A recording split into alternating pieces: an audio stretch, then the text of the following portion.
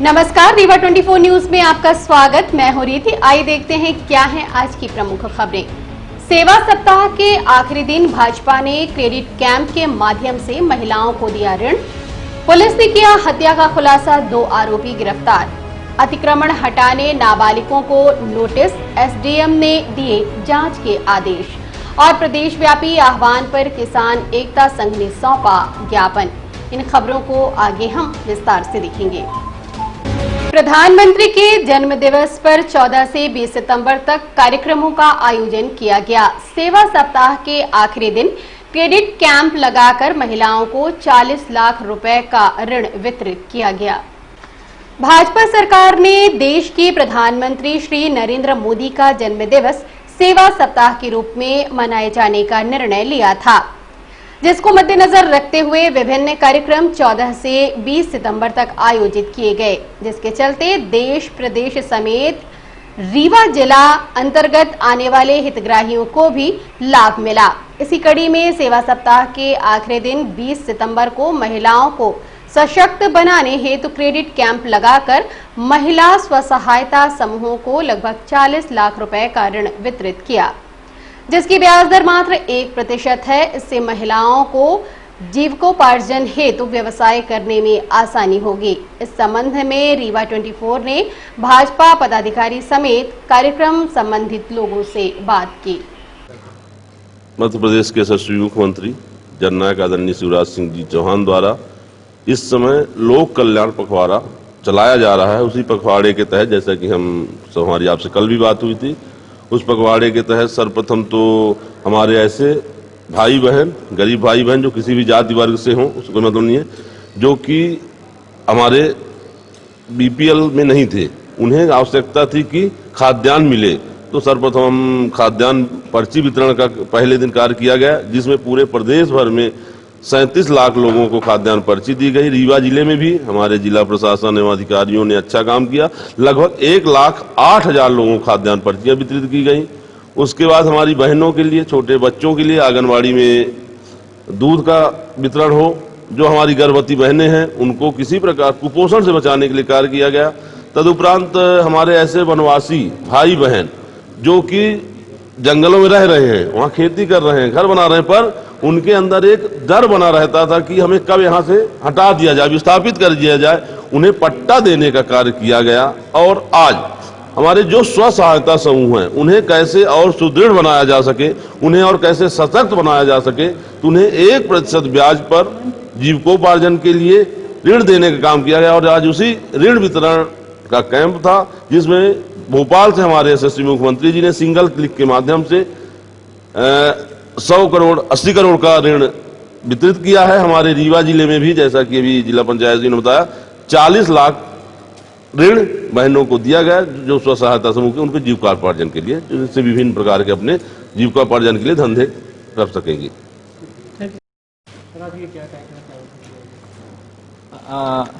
सितंबर माह में हमारा पखवाड़ा चल रहा है। अलग अलग दिन में अलग अलग प्रोग्राम अलग अलग डिपार्टमेंट के द्वारा कराए जाए। इसी तारतम्य में आज 20 तारीख को स्व सहायता समूह के महिलाओं को ऋण वितरण का आज कार्यक्रम किया गया, जहां हमारे रीवा जिले में 44 लाख रुपए का आज ऋण वितरण किया गया।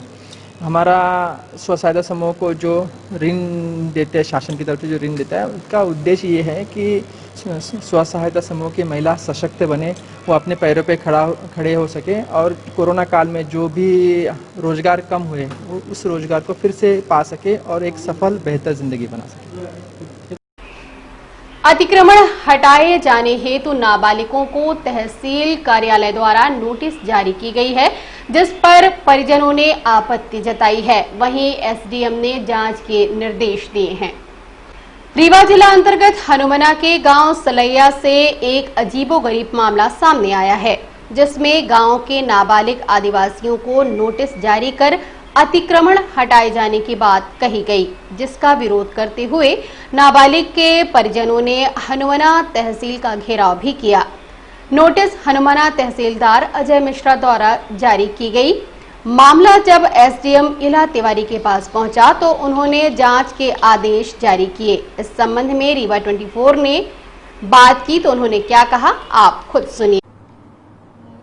संज्ञान में आया है कि हनुमाना तहसील में अतिक्रमण हटाने के संबंध में कुछ इस तरह के नोटिस जारी हुए हैं। इनका परीक्षण कराया जाकर और किन परिस्थितियों में इस तरह के नोटिस जारी किए गए हैं उसकी पूरी जांच करके कोई बात कही जा सकेगी। इसको पूरा देख करके कि क्या प्रकरण था और किस परिस्थिति में इस तरह के नोटिस जारी किए गए हैं, तहसीलदार के संज्ञान में था कि नहीं था, कि ये नाबालिग बच्चों को जारी हो रहा है, उनकी एज का कोई उल्लेख है कहीं, इसकी पूरी जांच करके और कोई कार्रवाई की जाए। भाजपा पिछड़ा वर्ग प्रकोष्ठ द्वारा सेवा सप्ताह के आखिरी दिन चिरौला मंदिर तालाब पर किया गया वृक्षारोपण। नरेंद्र मोदी जी के 70वें जन्मदिवस को सेवा सप्ताह के रूप में मनाने का निर्णय लेते हुए अलग अलग तारीखों में अलग अलग कार्यक्रम आयोजित किए गए, जिसका लाभ हितग्राहियों को मिला। इसी कड़ी में 20 सितंबर को सेवा सप्ताह के आखिरी दिन भाजपा पिछड़ा वर्ग के पदाधिकारी एवं कार्यकर्ता चिरौला मंदिर के पास स्थित तालाब पहुंचे और वृक्षारोपण करते नजर आए। इस संबंध में रीवा 24 ने भाजपा के वरिष्ठ नेता केशव पांडे से बात की, तो उन्होंने क्या कहा आप खुद सुनिए। ये कार्यक्रम मोदी जी का जो कार्यक्रम था, उस कार्यक्रम में उनके जन्मदिन के कार्यक्रम में 17वें वर्ष वो पूरा कर चुके हैं, तो उन्हीं के कार्यक्रम में सारी स्वच्छता का कार्यक्रम और पौधा लगाने का कार्यक्रम, पेड़ लगाओ कार्यक्रम, ये सब चल रहा है। तो पिछड़ा वर्ग प्रकोष्ठ की ओर से ये कार्यक्रम हुआ है और उसमें सभी पिछड़े वर्ग के कार्यकर्ताओं ने पेड़ लगाया है और पेड़ लगा करके उनको जीवित रखें और यही यहाँ पर लोगों से हमने चर्चा किया है। इसी के आधार पर ये कार्यक्रम है। रीवा जिला अंतर्गत खाद, बीज व कीटनाशक का व्यापार करने वाले दुकानदारों ने अपने प्रतिष्ठानों को सप्ताह में एक दिन रविवार को बंद रखने का निर्णय लिया है। रेवांचल खाद बीज व्यापारी संघ के पदाधिकारी एवं कार्यकर्ताओं ने अपने प्रतिष्ठान व दुकान रविवार को बंद रखेंगे। जिला रीवा अंतर्गत लगभग 750 दुकानें संचालित हैं, जो कि हर रविवार को बंद रहेंगी। जिले के किसान भाइयों से सिटी केबल रीवा 24 अपील करता है कि अपनी जरूरत संबंधी खाद, बीज व कीटनाशक सोमवार से शनिवार तक किसी भी दिन खरीद लें, क्योंकि रविवार को समस्त दुकानें बंद रहेंगी। इस निर्णय को लेकर रीवा 24 ने विकास सिंह से चर्चा की, तो उन्होंने बताया कि कोरोना का प्रकोप बढ़ रहा है, जिससे हम अपने आप को एक दिन सुरक्षित महसूस कर पाएंगे और हमें सप्ताह भर का लेखा जोखा व दस्तावेजों को दुरुस्त रखने का मौका मिलेगा।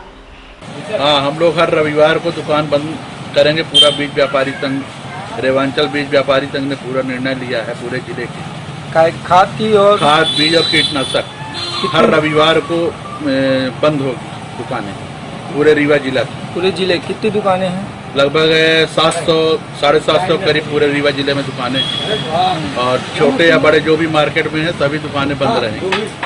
सब हम लोगों के समर्थन में है पूरे बीज व्यापारी। किस लिए बंद कर रहे हैं आप लोग? एक तो पहली बात तो कोरोना महामारी जिस तरह से फैल रही है उसको देखते हुए, और दूसरा संडे को एक दिन रेस्ट भी चाहिए। हम लोगों को पेपर वर्क काफ़ी रहता है, बीज से संबंधित, खाद से संबंधित विभागीय पेपर बनाने रहते हैं जो विभाग में सबमिट करने रहते हैं, दिखाने रहते हैं। तो कम से कम एक हफ्ते में एक दिन का समय मिल जाता है, तो वो भी काम हम लोगों का हो जाता है। और दूसरा कोरोना महामारी जैसे फैल रही है तो उसको भी ध्यान में रखते हुए हम लोग एक दिन का बंद कर रहे हैं। क्या शुभ नाम? विकास। प्रदेश व्यापी आह्वान पर किसान एकता संघ जिला इकाई रीवा ने अपनी मांगों को लेकर महामहिम राष्ट्रपति, प्रधानमंत्री, मुख्यमंत्री, मध्य प्रदेश राज्यपाल के नाम कलेक्टर के माध्यम से ज्ञापन सौंपा है। किसान एकता संघ जिला इकाई रीवा ने प्रदेश व्यापी आह्वान पर 5 जून 2020 को पारित किए गए आदेश को समाप्त करने, हरियाणा में किसानों के ऊपर किए गए लाठीचार्ज की जांच कराकर आरोपियों को सजा दिलाने समेत 5 किसान हितैषी बिंदुओं को लेकर महामहिम राष्ट्रपति, प्रधानमंत्री, मुख्यमंत्री, मध्य प्रदेश शासन समेत राज्यपाल के नाम जिला अध्यक्ष रीवा को ज्ञापन सौंपा है। इस संबंध में संघ के पदाधिकारी व तहसीलदार से रीवा 24 ने बात की। ये किसान एकता संघ जिला रीवा के जिलाध्यक्ष बालेन शेखर मिश्रा एवं उनके अन्य साथियों द्वारा प्रधानमंत्री महोदय, महामहिम राष्ट्रपति महोदय, मुख्यमंत्री महोदय, महामहिम राज्यपाल महोदय एवं कलेक्टर महोदय के नाम संबोधित किसानों की विभिन्न मांगों के लिए ज्ञापन पत्र सौंपा गया है और इसमें कृषि क्षेत्र से जुड़ी हुई जो भी समस्याएं हैं और जो अभी किसानों के बारे में शासन द्वारा नियम निर्देश लागू किए गए हैं, उसी के संबंध में इन्होंने 5 बिंदुओं का एक ज्ञापन पत्र सौंपा है। ये इनका ज्ञापन पत्र हम मूलतः अग्रिम कार्यवाही हेतु माननीय कलेक्टर महोदय के माध्यम से जहां जहां इनके संबोधन हैं वहां भेजने की कार्यवाही करेंगे। पदाधिकारी कार्यकर्ता आज माननीय कलेक्टर महोदय से यहाँ मिलने आए थे ज्ञापन सौंपने के इसमें उद्देश्य से, लेकिन किन्हीं कारणवश कलेक्टर साहब से मुलाकात नहीं हो पाई। तहसीलदार साहब को हमने अपना ज्ञापन सौंपकर मध्य प्रदेश शासन और केंद्र सरकार तक अपनी बात पहुंचाने की अपनी जो प्रयास है हमने किया है और उम्मीद करते हैं कि केंद्र सरकार हम लोगों की बातों और जो हम लोगों ने मांगे रखी हैं तो उस पर कुछ ध्यान देते हुए कार्रवाई करेगी। इसी उम्मीद के साथ हम बस आप अपने कलेक्टर महोदय से और अपने मध्य प्रदेश शासन के आदरणीय शिवराज सिंह चौहान साहब से निवेदन करेंगे कि हम लोगों की बातें आदरणीय मोदी साहब तक पहुंचाने की कृपा करें। हनुमाना थाना क्षेत्र के गांव अर्जुनपुर शुक्लान में की गई हत्या का खुलासा करते हुए 2 आरोपियों को गिरफ्तार किया है।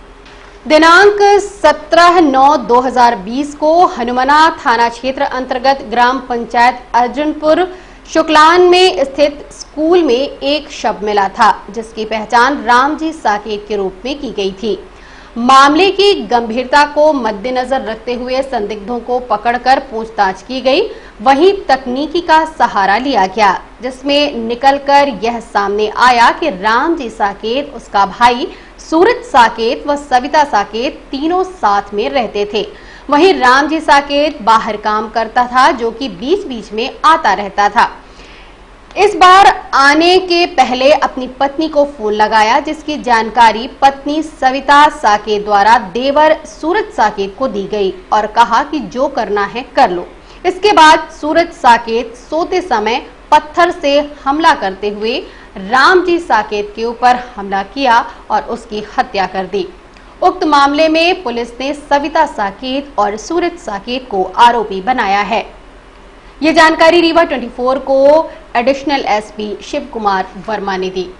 ये दिनांक 17/9/2020 को हनुमाना थाने को 100 डायल के माध्यम से सूचना प्राप्त हुई थी कि हनुमाना क्षेत्र का एक गांव है अर्जुनपुर शुक्लान, वहां पर एक व्यक्ति की लाश पड़ी हुई है। पुलिस ने जाकर जब मौके का निरीक्षण किया गया तो प्रतीत हो रहा था कि उसकी हत्या की गई है। मौके पर एफएसएल टीम, फिंगरप्रिंट एक्सपर्ट, साथ ही डॉग स्क्वाड भेजकर पूरा बॉडी का और घटनास्थल का निरीक्षण किया गया।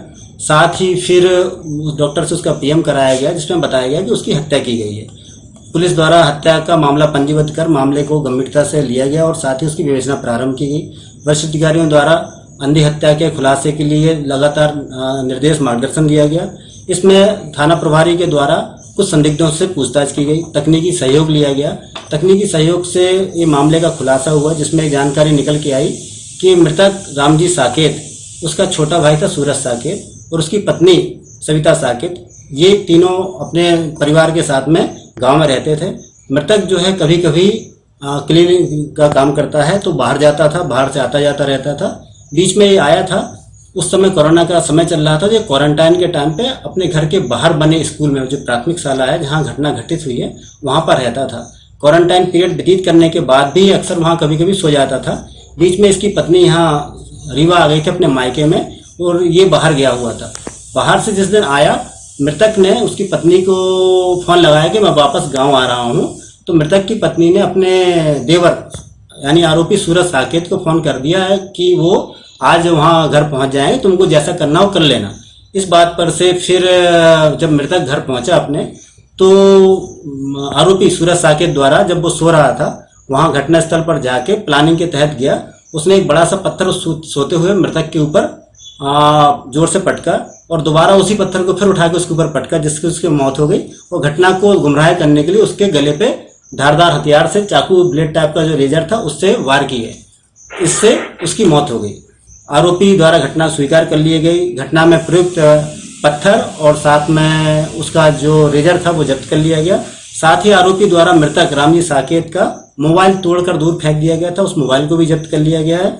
दोनों आरोपी, जिसमें सूरज साकेत और सविता साकेत, इन दोनों को गिरफ्तार कर लिया गया है। मामले का पूरी तरह से खुलासा हो गया है। साथ ही इसमें जो हमारे थाना प्रभारी गौरव नेमा, एएसआई संतोष सिंह, आरक्षक राजमणि तिवारी, दीपक मिश्रा, मनीष सिंह, रविंद्र यादव और महिला आरक्षक शालिनी गर्ग एवं ड्राइवर है वहाँ लखन पटेल, उन्होंने महत्वपूर्ण भूमिका का निर्वाह किया है, उनको पुरस्कृत किया जाएगा। और अब मिलते हैं एक छोटे से ब्रेक के बाद। हड्डी जोड़ एवं रीढ़ रोग तथा स्त्री रोग एवं प्रसूति रोग का इलाज एक ही छत के नीचे। विघ्नहर्ता hospital and trauma centre, hotel landmark के पास, रतहरा, रीवा। डॉक्टर संतोष सोनी, पूर्व चिकित्सक, बॉम्बे हॉस्पिटल, मुंबई। हड्डी जोड़ एवं रीढ़ रोग विशेषज्ञ, छोटे चीरे एवं दूरबीन विधि द्वारा हाथ तथा पैर की हड्डियों का ऑपरेशन। गठियाबात, जटिल एवं बिगड़े हुए फ्रैक्चर का बेहतर इलाज करते हैं डॉक्टर संतोष सोनी। विघ्नहर्ता हॉस्पिटल ट्रॉमा सेंटर में ही स्त्री एवं प्रसूत रोग विशेषज्ञ डॉक्टर शैलजा सोनी भी उपलब्ध हैं, जिनकी देखरेख में नॉर्मल डिलीवरी, सिजेरियन ऑपरेशन एवं बच्चेदानी से संबंधित ऑपरेशन की बेहतर सुविधा। संतानहीन दंपत्ति तत्काल संपर्क करें। विघ्नहर्ता hospital and trauma centre, hotel landmark के पास, रतहरा, रीवा। सुविधाजनक एवं सफल इलाज हेतु आज ही संपर्क करें। विघ्नहर्ता hospital and trauma centre, hotel landmark के पास, रतहरा, रीवा। मोबाइल नंबर 7828781983 अथवा 8462956774 पर। रीवा नगर पालिक क्षेत्र के वार्ड क्रमांक 4 में 30 वर्षों से नहीं बनी रोड व नाली, मोहल्ले वासियों ने जताया विरोध।